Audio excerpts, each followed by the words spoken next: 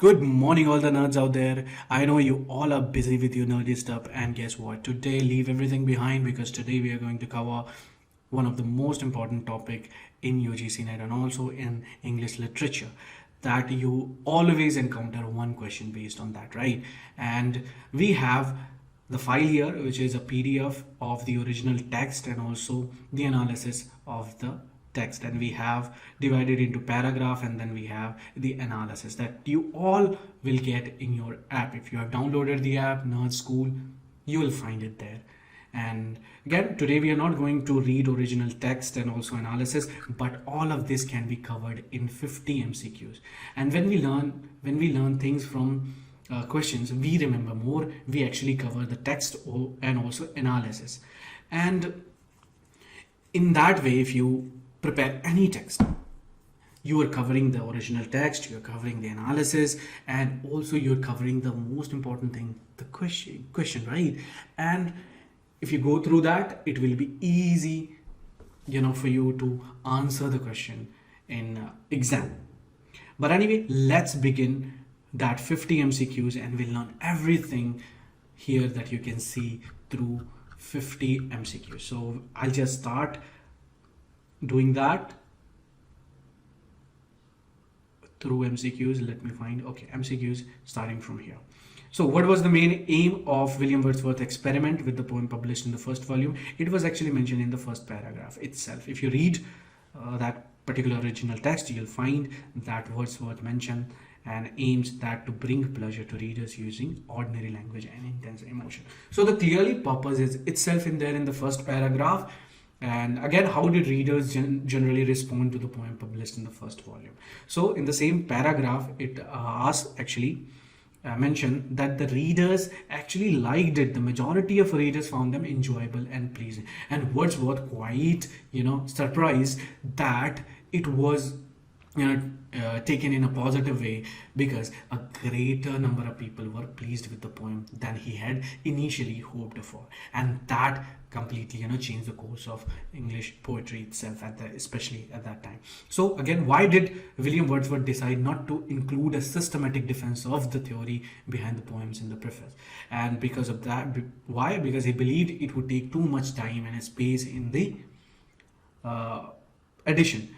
But anyway, in the third paragraph, he clearly explains that the comprehensive defense of the theory behind the poems would require discussing various complex topics such as taste of the public, taste of public taste in poetry, and also the influence of language on the human mind and changes in literature and society over time.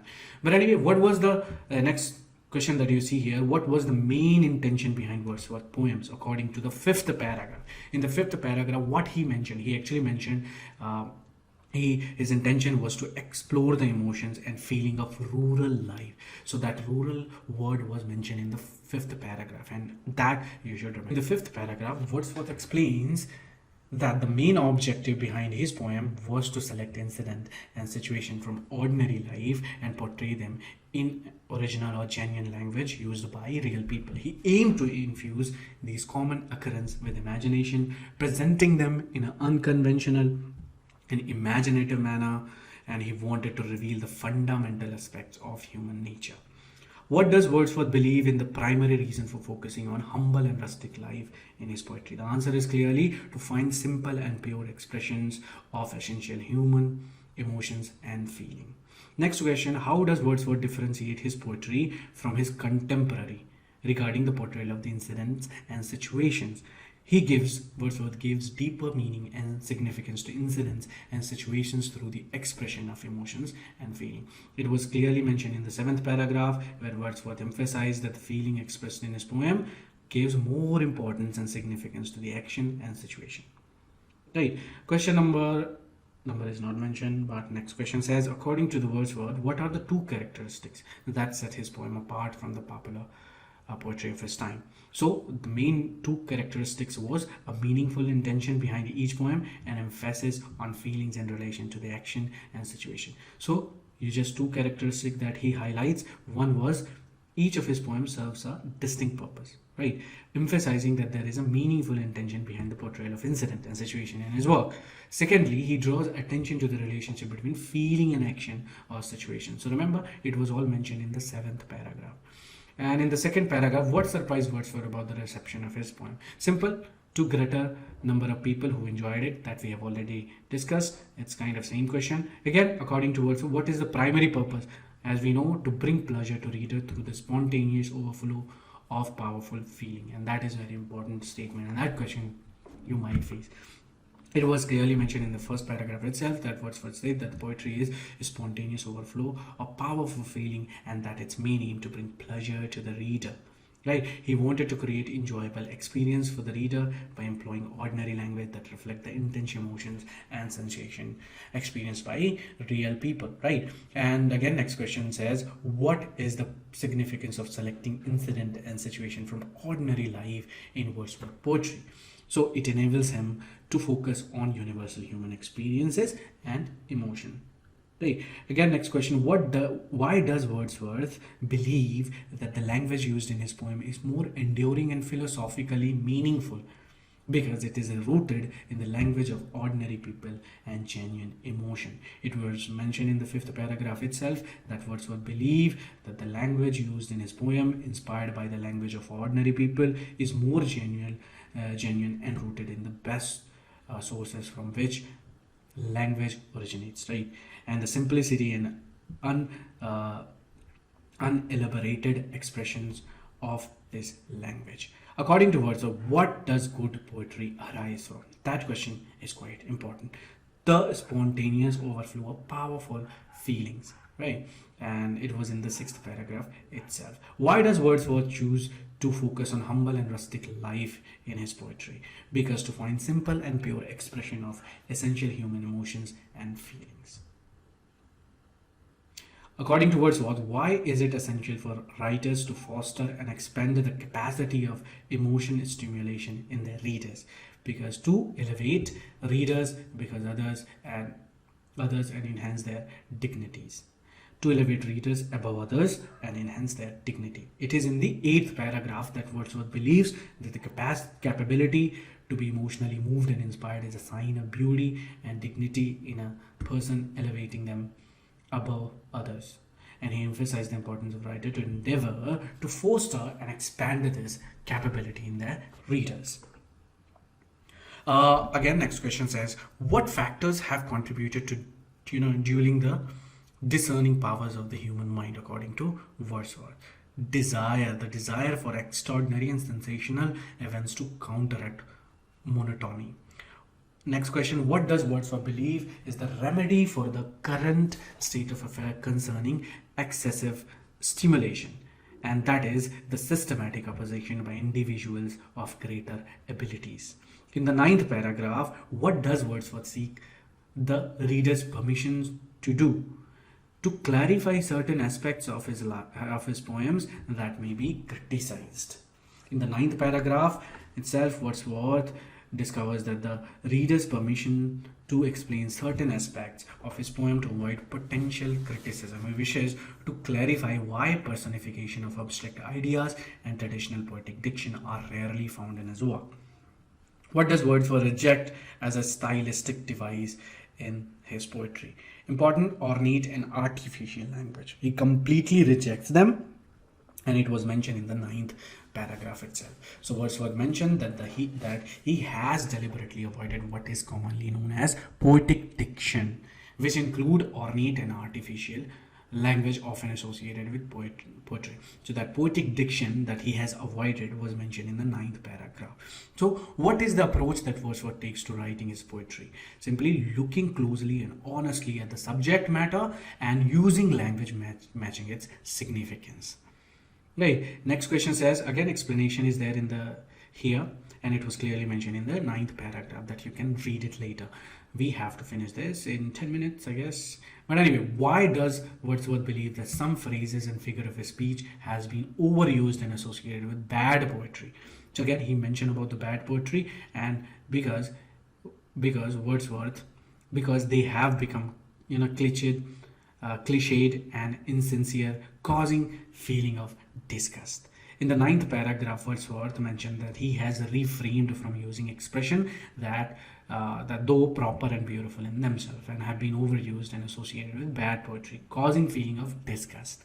What is Wordsworth defending in the 10th paragraph? So it is the use of language resembling prose in poetry. So he doesn't follow any kind of rhyme and anything. He says the common language is enough to express the feeling. So the use of language resembling prose in poetry, he's actually defending it. In the 10th paragraph, Wordsworth defend the use of language resembling prose. Something is missing, we will find out. But anyway, according to Wordsworth, what is the quality of good poetry? According to Wordsworth, what is good poetry? The ability to express ideas in a language matching their significance. In the 10th paragraph, what example does Wordsworth use to illustrate his point about language in poetry? An example of prosaic passage from a renowned poet's work. In the 10th paragraph, Wordsworth uses the example of Gray, a poet known for his meticulous attention to poetic diction. To illustrate his point, he implies that even Gray's work can be shown to contain elements where the language is not markedly different from that of prose. So remember that he has mentioned Thomas Gray, and that becomes quite important for you too, right? And according to Wordsworth, what is the essential difference between the language of prose and metrical composition of poetry? So here we're talking about difference, and according to Wordsworth, that there is no essential differences between the language of prose and metrical composition in a good poetry. So in the opening passage, Wordsworth asserts must be 11th or 12th paragraph that certain lines in a sonnet may resemble prose except for their italics and minor. So there is one poem that he has mentioned. Let me show you. Yes, it's here. You see one poem he has mentioned here, one sonnet it seems here. The italic one, you see the italic, these few lines are in italic, and it says that it will be perceived that the only part of the sonnet which is of any value is the line. So he says that all the poetry, all the lines here are not that important. The important is whatever is mentioned here in the italic. Like a different object to do these eyes require, my lonely anguish melts no heart but mine, and in my breast the imperfect joy expires, and I fruitless mourn to him that cannot hear, and weep the more because I weep in vain. So because it seems like the simple language is there, and the whole thing is mentioned, can be grasped from these lines which are in italic. Got it? You remember which we were in that italic section, something, right? Yeah. So how does Wordsworth define the role of a poet? According to Wordsworth, what is the role of a poet? As a man speaking to other people with heightened sensibility and understanding of human nature. So a man talking to a man, right? So in the second paragraph, Wordsworth contemplates the role of poet and defines as a man speaking to the people. He proposes that he possesses more heightened sensibility, enthusiasm, tenderness, and a deeper understanding of human nature than the average people. According to Wordsworth, how does the poet evoke emotions and volition in his poetry? Easy for you guys, selecting elements from real human experience that closely resembles his own emotion. It was mentioned in the third paragraph. So according to Wordsworth, how does the language used by poet differ from the intensity of actual human experience? The language used by poet falls short and liveliness and truth of real emotions. In the fourth paragraph, Wordsworth emphasizes that while the poet describes immediate passion, it remains a somewhat mechanical process compared to the freedom and intensity of actual human experience. What principle does Wordsworth believe the poet employs in selecting language for his poetry? The principle of selecting elements that convey pleasure and establish a meaningful connection with the reader. According to Wordsworth, what is the poet's mission in the poetry? Simple: to bring truth alive through passionate expression and touch the heart of reader. How does Wordsworth view the necessity of producing immediate pleasure through poetry? He considered it as an essential aspect of poetry, reflecting the beauty of the universe and a natural expression of love for life. It was in 18th paragraph that Wordsworth addresses the idea that the necessity of producing immediate pleasure through poetry should not be seen as degradation of the poet's art. Instead, it is a genuine acknowledgement of the beauty in the universe reflected by sincere appreciation of the world. According to Wordsworth, what sustains our capacity for sympathy? The subtle connection with pleasure that underlie sympathy. What parallel does Wordsworth draw between the poet and the other field of knowledge? Both the poet and other fields of knowledge deal with painful subject and derive pleasure from their pursuit. Right? Explanation is there in the 19th paragraph that Wordsworth draws parallel between the poet and other field of knowledge, like science, chemistry, and mathematics. How does the poet perceive the complexity of human experience? Simple, the poet recognizes a complex array of ideas and sensations with objects that evoke sympathies and enjoyment due to their innate nature. According to Wordsworth, what is the primary distinction? Remember, primary distinction between the approaches of the poet and the man of science. The poet seeks truth as a remote and distant benefactor, while the man of science rejoices in the presence of truth as a visible friend and daily companion. According to Wordsworth, why is poetry considered immortal? Poetry reflects the essence of human nature. It is only because the poetry is immortal because poetry reflects the essence of human nature and the grand element of the universe connecting people across the time and space. What does the poet distinctiveness lie in according to poet? The poet's greater ability to feel and express emotions and thoughts without immediate external stimuli. According to Wordsworth, what is the origin of poetry? Poetry originates from the spontaneous overflow of powerful emotion. Quite important, and that was mentioned in the 20th paragraph. According to Wordsworth, what is the role of metrical composition in poetry? Metrical composition can temper the painful feelings found in powerful description of deeper passion. What does Wordsworth consider as an important use of metrical composition in poetry? Metrical composition, according to Wordsworth, that it can facilitate the enjoyment and pleasure experienced by the reader while reading the poems. So according to Wordsworth, what is the difference between lighter composition and poems dealing with deeper passion? Lighter composition seek to entertain the reader, while the poem dealing with the deeper passion evoke powerful emotions in the reader. So that is our last question here. According to Wordsworth, why might some reader resist embracing the poetry he recommends? So at the end he mentioned that they are afraid of abandoning their old friends and accustomed pleasure in poetry. In the last paragraph, Wordsworth acknowledged that the reader have attachment to the traditional metrical composition which they have long considered poetry and have enjoyed. He acknowledges that the poetry obstacles might be removed if he had shown the nature of the pleasure produced by other kinds of poetry. However, he believes that there is enough in these feelings to resist a host of argument as the readers feel an habitual gratitude and honorable bigotry of the subject that have been continued to please them. They not only wish to be pleased but also to be pleased in a particular way they have been accustomed to. So remember, see, we have covered everything about Preface to the Lyrical Ballads. Again, I want to say that you can just go and download this file and enjoy reading.